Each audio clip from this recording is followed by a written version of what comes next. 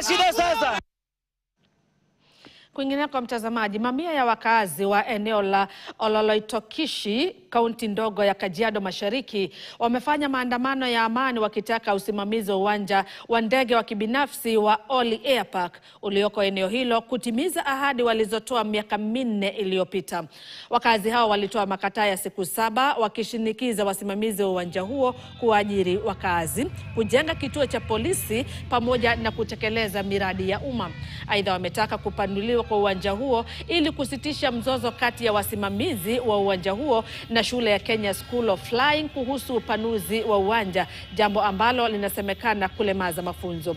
Hata hivyo, naibu kamishna wa Isinya Michael Yator akiandamana na kamanda wa polisi wa eneo hilo Simon Lokitari waliwatuliza waandamanaji wakiahidi kufuatilia malalamishi hayo. Wakaanza kuwafinyilia chini na nafasi za watoto wetu kupata kazi imeenda chini kwa ajili ya hiyo dhuluma. Na hiyo ndio tumekuja kukanusha leo na kukataa, kusema ya kwamba hatutaki. Kuna hiyo runway ambayo ndio kubwa, imetuguza sana mioyo yetu, ambayo inakatazwa kufunguliwa. Wanapatiwa cheti ya kurun hii institution na serikali. And we belong to this government. It is not them. I don't want to give you assurance that in 7 days we will have a resolution. But I want to say this, that from today, from now, we will work